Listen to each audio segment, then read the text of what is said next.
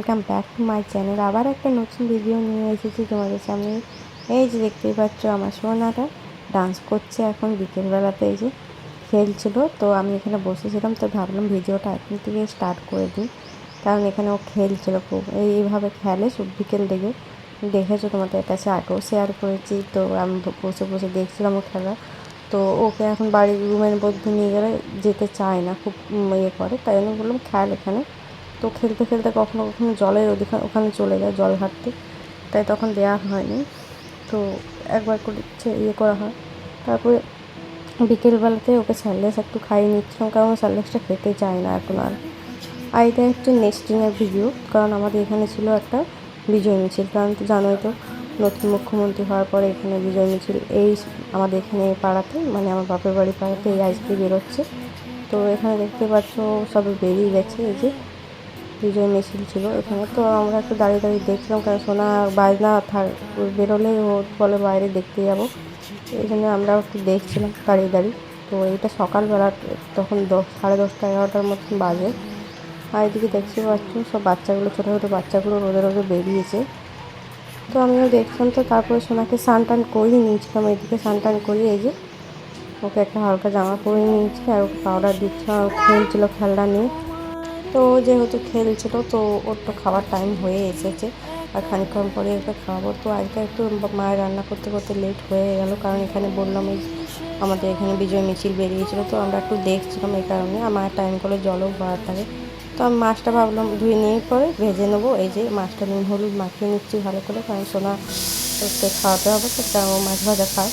তো ওই জন্য। আর আমাদের বাবা মাটন নিয়ে এসছে। তো আমাদের একটু লেট হলেও কোনো প্রবলেম নেই, কিছু সোনা টাইমে খায়। এদিকে মাছটা ভালোভাবে নুন হলুদ দিয়ে মাখিয়ে নিয়েছি, জানি না নুনটা কীরকম হলো, তো কম হতে পারে। আমি একটু কম তাড়াহুড়ো করে করছিলাম, কারণ একটু লেট হয়ে যাচ্ছিলো সোনার, এই কারণে।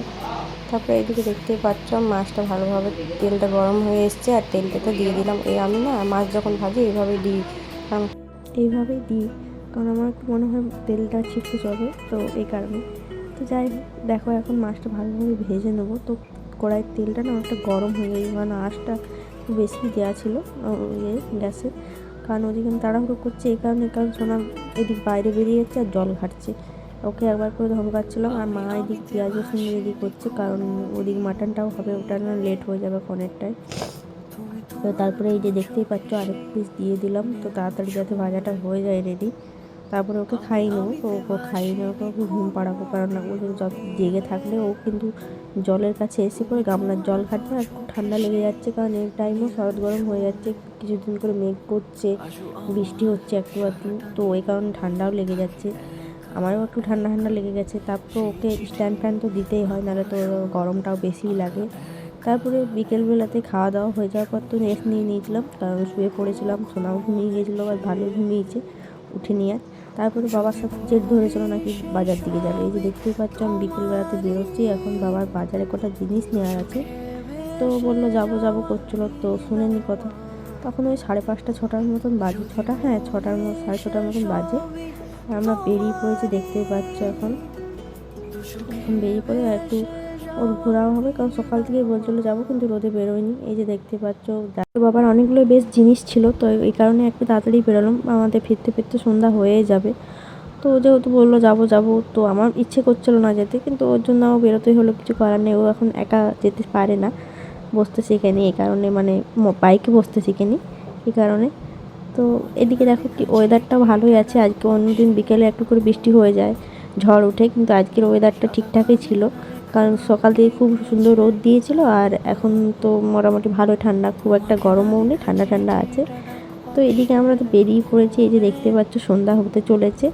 তো আমাদের এদিকে যেহেতু রাস্তাটা খুবই খারাপ, তাই জন্য ঘুরে ঘুরে একটু আসতে হয় বাজারটা।